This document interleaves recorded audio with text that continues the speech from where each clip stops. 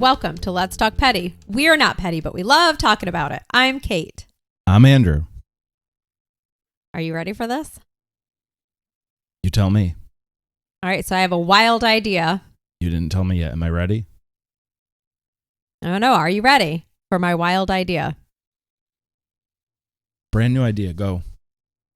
All right, so I always come across these like little snippets of stories that are really good stories, but they're so little that they won't make a full episode. So you did 2 of your homeowners.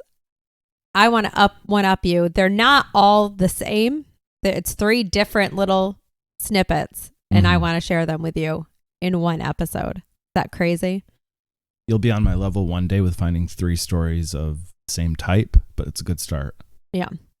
I can't get the same type, but plus on one of them, I'm hearkening back to an episode that you did. Okay.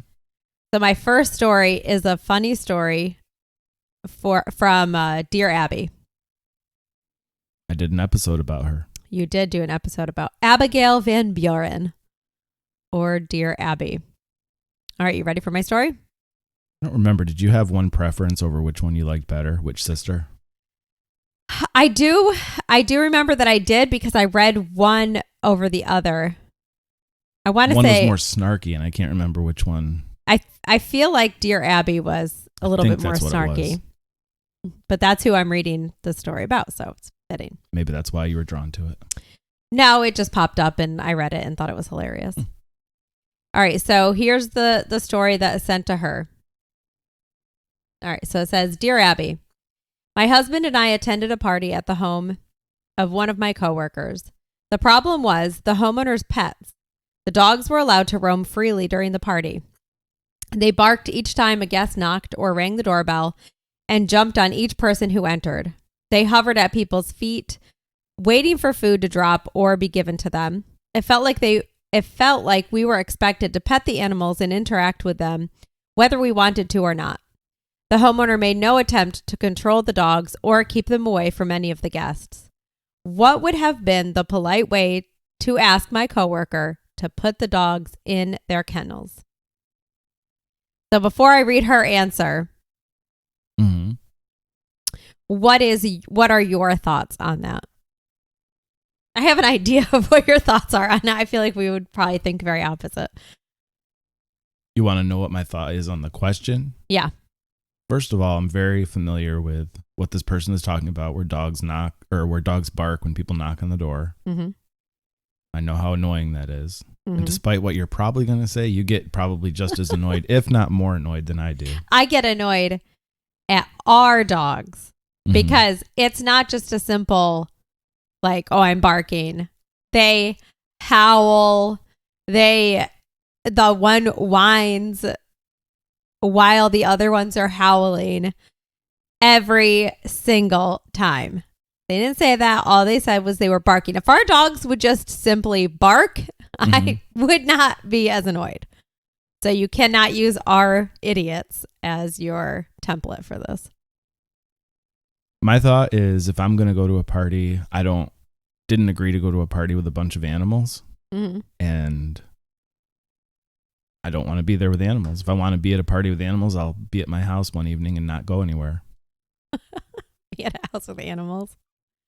We do have a lot of animals, but all right. Well, I loved her response. It said, to an animal lover, a pet is a member of the family. Your coworker obviously saw nothing wrong with his or her dogs mingling with the guests.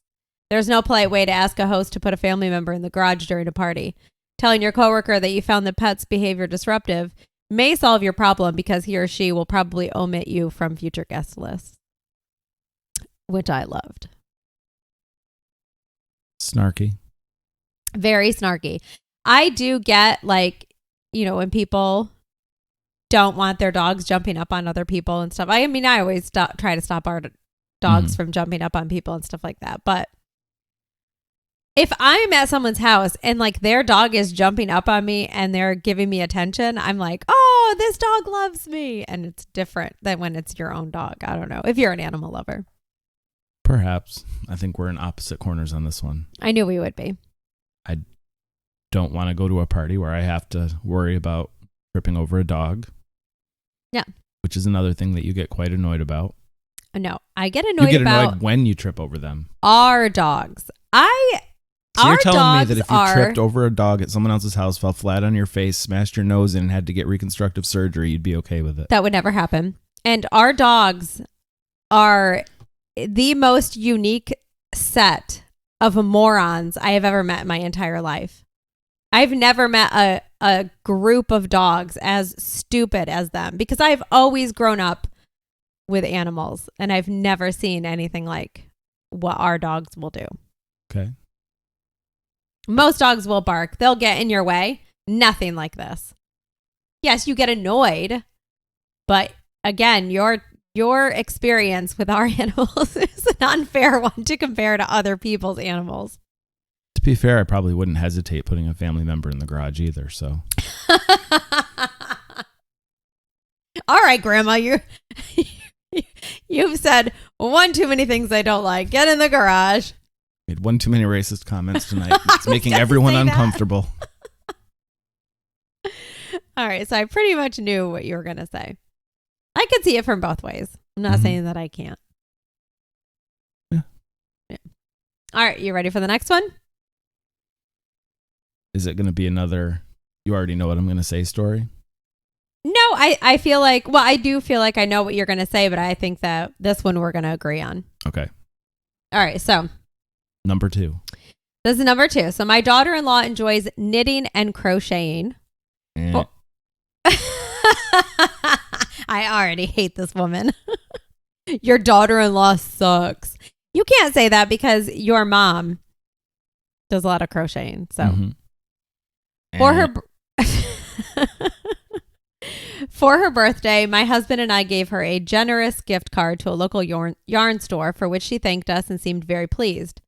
Imagine my dismay, however, when 6 months later, for our anniversary, she gifted us with a lovely bedspread, which she told me she made with yarn purchased from the gift card. I told my son that we'd in effect... I'm having a hard time reading this without laughing because this woman is the worst person I've ever read about in my whole life. Oh, all right. I told my son that we'd in effect paid for our own present and that he needs to communicate to his wife how improper and stingy this move was. He refuses, saying that her labor and time were also part of the gift. We haven't spoken much since except to discuss our grandchildren, and our daughter-in-law has been outright cold. I'm considering writing her a letter directly explaining why this was an improper gift and expressing my sadness that her parents didn't teach her gift etiquette. My husband wants me to drop the whole thing and pretend like it never happened. So, first of all, yeah. Among many of alls. Mm-hmm. First of many of alls. Yes. Who teaches their kids gift etiquette? I don't know. That's the first I've ever heard of that. If a kid wants to give a gift, you just let him give a gift. Who cares? Doesn't matter what it is. You figure it out as you get older. Yep. Second of all. Yes. Second of my alls. Why are you knitting a bedspread? I wouldn't want a knit bedspread on my bed. A blanket's fine, but a bedspread that crosses the line. What are you even talking about? Do you not remember?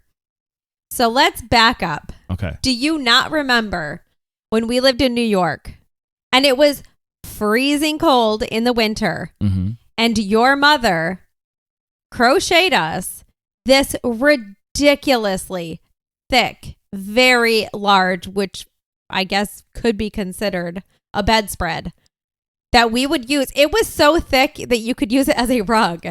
And that thing, when we had that on our bed, kept us so warm and we loved it. How have you blocked this out of your mind? To me, that's a blanket and not a bedspread. It was Two different humongous. Things. Okay. You could not even fit that on a twin size bed and call it a bedspread. You could barely fit 2 people under it. No, we both fit under it just fine. On our queen bed, it fit. It covered the whole top. No, it didn't hang over the sides. But that thing that's huge, and that is a lot of work and effort. I'm sorry, but if I went to the store, I'd go. If I was looking for that, I'd go to the blanket section, not the bedspread section. All right. Well, maybe this lady is incorrectly calling it a bedspread. Okay. I have some other of alls. Yes. Third of all, Uh-huh. why is she writing a letter? Who writes a letter to somebody anymore other than this lady? I think someone who is very concerned about gift etiquette is the type of person that would absolutely write a letter. Which reminds me, forgot to tell you, I went to Panera yesterday and you could tell it was an old lady's handwriting on a little index card. And she wrote all these different things she had for sale. She was making the cork board at Panera by the bathrooms her own little Craigslist posting. Has nothing to do with this story, but it seems like she would write a letter to someone about it too. Maybe it's the same lady. It could be. She had like 5 or 6 different things for sale. Put the price on, and then to make one of them seem cheaper, she crossed out the 40 and made it 35. She just goes in there every day. I haven't gotten any calls. I have to make the price lower. So she shouldn't be writing a letter. Fourth of all, am I on my 4th or 5th? I think you're on your 4th. Who cares if someone spends the money you gave them on a gift for you but she made it. It doesn't matter. She took the time, made it for you. Who cares where she got the money from? Yes. She did not just gift. She didn't go to the store, get a bunch of yarn, and then hand them a bag of yarn. 6 months later, that was a lot of time and effort. If she did that, or if she just handed the gift card back and said, hey, I thought you might want to take up knitting. This might be a good way to get you to and get you started. Pretended like it wasn't the same gift card. Then you got some problems. Yeah. But what she did, not good. Not good at all. Yeah, I was blown away by this. And if she wants to knit me a bedspread, I would take it. Nobody can see your air quotes. I made it sound like I was doing the air quotes. You could hear them going whoosh. I tried to do that, and you were like, no, nobody can see those. They didn't make any noise like mine did. Yes, my voice very much said I'm using air quotes right now. But yeah, I thought that was pretty terrible. Mm-hmm. And it made me laugh. So she's the worst. We're in agreement with that. Okay. And yes, your style is not a crocheted bedspread. Like that Name that someone goes without saying. Name someone under 80 years old whose style that is. I don't know. Just making a point. Now I'm going to see if your mom will crochet us a bedspread. And I'm going to surprise you with it when you come home one day. Be interesting. And I won't buy her the yarn for it. I will. Okay. Now this one, I am very torn. How is that any different than if she bought yarn and said, hey, I really like these colors. Can you knit me a sweater? Wouldn't that be the same scenario? No. Because you bought the yarn. Because she would have said, I want this. I'm buying you the yarn. I don't have the talent. Can you please do it? This is her saying that. Or is this just her way of saying, this is really ugly. I don't like it. I'm going to get mad about something else so that you can't know that I'm mad about how stupid and ugly this blanket looks. I'm sorry, bedspread. You maybe possibly got to the bottom of it. I'm pretty sure that's what happened here. Yes, it could be. There's no could about it. That's definitely what happened. It's a classic misdirection. All right, so this has just reminded me of my stepmother. She used to also crochet. Mm-hmm. And I love sunflowers. They're like my favorite flower in the entire world. They make me so happy. And and it was so sweet of her.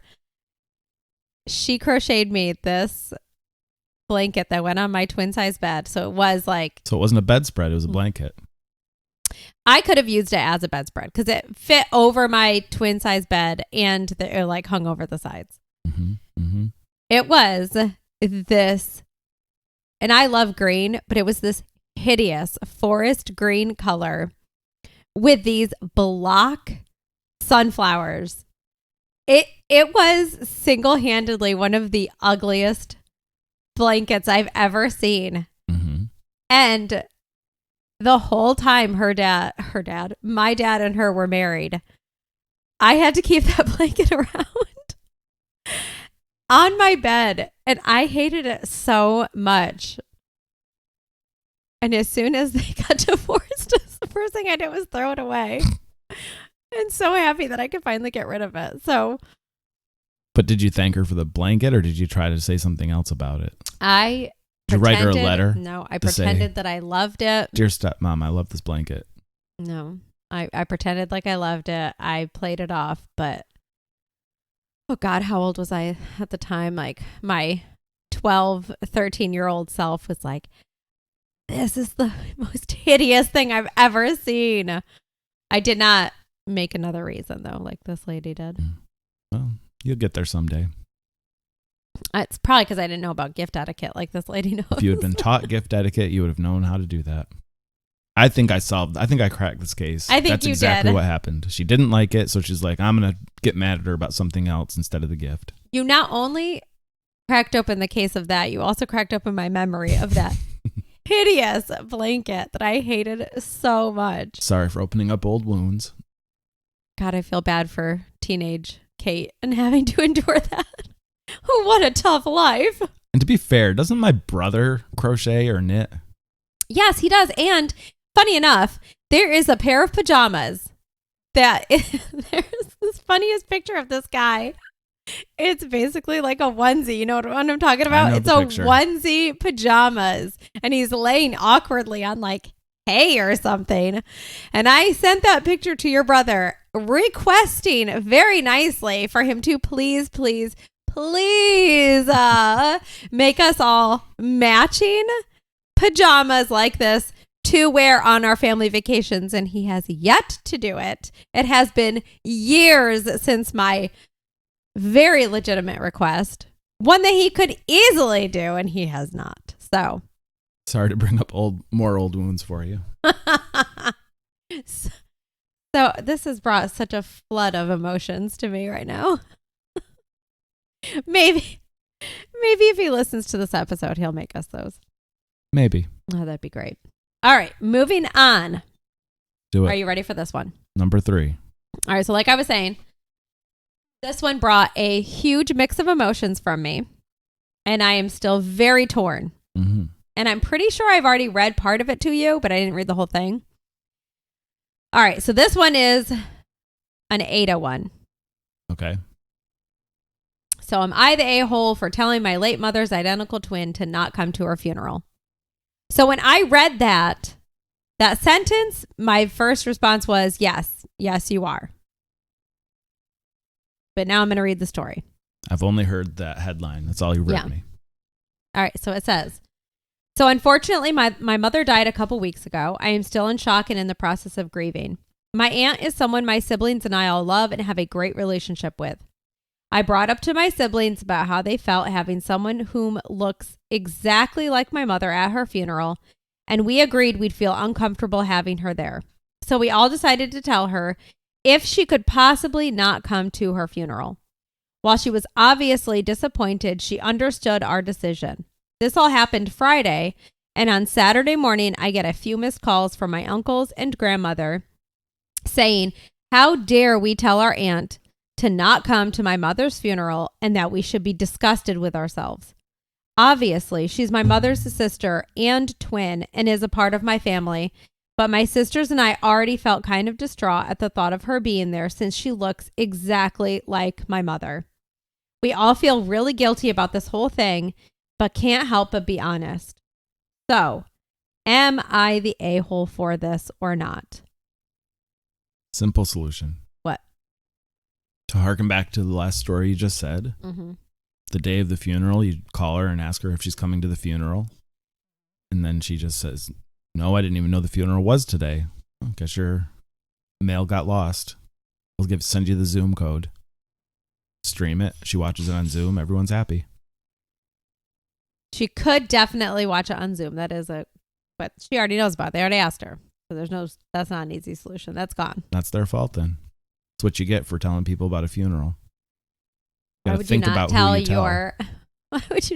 your mom's sister? Well, we're thinking about it. We're putting plans together. You don't think she would like know her sister died? Yeah, but it's up to you to put the funeral together. So you're just like, yeah, we're still putting plans. Yeah. Finding the funeral yet? Well, we're rearranging a couple things. We'll let you know. We'll send it to you. We'll send you an invitation in the mail. Who sends invitations to funerals in the mail? It's not like it's a wedding. I don't know what I'm talking about. Yeah, you don't do that. But I feel like they were trying to not hurt her feelings by doing something like that. Oh, so sorry. We already had the funeral. We didn't tell you. Yes, the easy response would be to tell her and say, "Can you be on there over Zoom?" So at first I was super torn. Mm-hmm.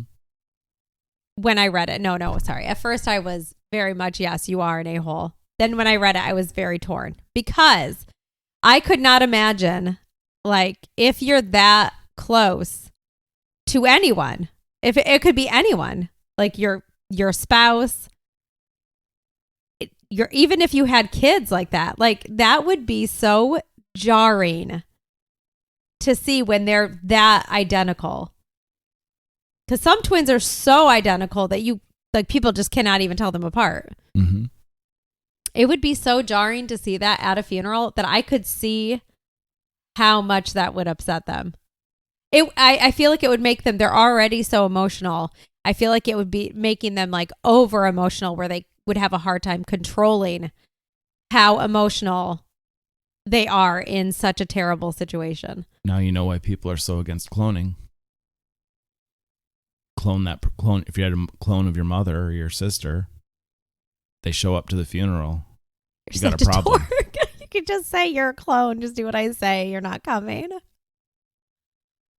They don't work that way. These clones are super smart. I guess in my mind, clones are just mindless things that just mindless robots made out of metal that you can just boss around. I guess it doesn't work like that. Mm-mm. So what do you think? You haven't really said, besides that they could have just done a Zoom one, which does answer a lot of their problems. Sorry for being practical. I don't think they're petty for not inviting her. It's a tough situation. Mm-hmm. I'm no Dear Abby, so I can't give a great answer. I don't know. It's a tough one. They're definitely not petty. Either yeah, I don't think if they so decide either. not to, not petty. Mm-hmm. But at the same time, you could be considered the a-hole for not doing it. It's a lose-lose. It is. That's what I was thinking. They are in such a lose-lose situation that what do you even do? I mean, you have all these strong feelings. I would have been mad at my mother for dying and putting me in that situation. Thanks a lot, Mom. I feel like me because I'm so stinking emotional in situations like that. Like I'm already struggling so hard to keep it together. I'll struggle to keep it together at funerals. I didn't even really know the person, but I'm just like I feel so bad for their family there that I'm having a hard time keeping it together for them because I don't want to fall apart and make it more emotional. That's why I always say about my funeral, I just want it to be a big stand-up joke party. To have a bunch of stand-up comedians come tell jokes for an hour about me. I don't care. Yeah. Make it fun, laugh, walk away.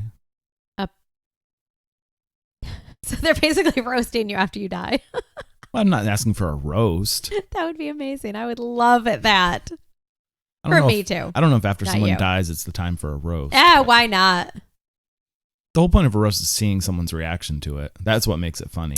Okay, so what you have to do before you die is just make a video of a series of you reacting. That's where the clone comes in. You get the clone. The clone sits there. You have the roast at your funeral. The clone has to react because it's going to react like you. No, if Perfect. I couldn't handle a twin being there, I'm not going to be able to handle a clone either. And you'd be able to handle all these pre-recorded reactions that I have? Yes. Okay. Yes, I would. Well, we got to start recording then. Just in case. Anyway, I could see them having a hard time holding it together with the twin there. It would just be like every time you looked at them, you'd want to start crying. Mm-hmm. It would be a whole thing. So tough situation. It is, but those... Moral of the story, don't die. It's such good advice. You should start your own Dear Abby type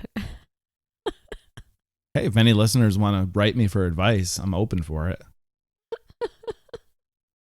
I'll respond back. I'll write a letter back. I'm feeling really sick. I have cancer. I don't know what to do. Don't die. Thanks, You're welcome. Andrew. Thanks for the question. Moving on. Anyway, those were my stories. They were short, but I feel like they packed a lot of info that we could discuss. I wouldn't say they packed a punch. They packed a slap. They packed a bunch of info. I know, but I'm saying they didn't pack a punch. They packed a really hard slap. Okay. Almost a punch. You almost got there. I wasn't saying that at all. Nerd. All right, but that was my episode. Very good. Good stories, good choices. And Despite now, what I say. Yes, despite what you say. Come back next week. We'll have an episode where I'll have a couple more HOA stories. I'm going to pack 2 of them together. They will pack a punch. Who am I kidding? No, they won't. Have to one up me. But come back and listen to us and listen to our new podcast. By the way, today is. You might like it. It's only about 5 to 10 minutes. It's there every day. Even if you miss an episode one day, just listen to the next day. Mm-hmm. So you can go to bythewaytoday.com to get information about that and subscribe to it. And if this is the first time you're hearing this podcast, go to letstalkpetty.com and you can subscribe and follow our podcast there. And we'll talk to you next week. Bye. Thanks for listening. Please be sure and give our show a review wherever you listen to your podcasts. And be sure to follow and subscribe so you don't miss an episode.